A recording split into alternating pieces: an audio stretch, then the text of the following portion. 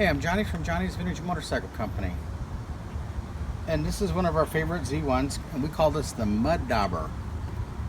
And when Mud Dauber came to us, the fuel valve was gooned because it had an old tank and it was just deteriorated. So on Mud Dauber, we put this Pingel single valve fuel Petcock on it. This is the best available in the industry as far as we know. You can rebuild those old ones and they still leak, as we've done so many times. So we offer this on our webpage.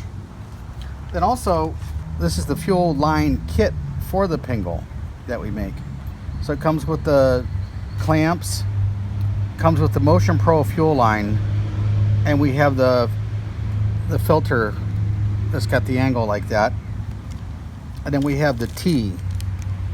The T comes off the single line and goes to the carburetors. This is a really nice kit. We put this on every one of the Z1s that we do. We just don't want any trouble with leaks. So this is where we're at, and I hope you like what you see, and this is available at johnnysvintagemotorcycle.com. Thanks.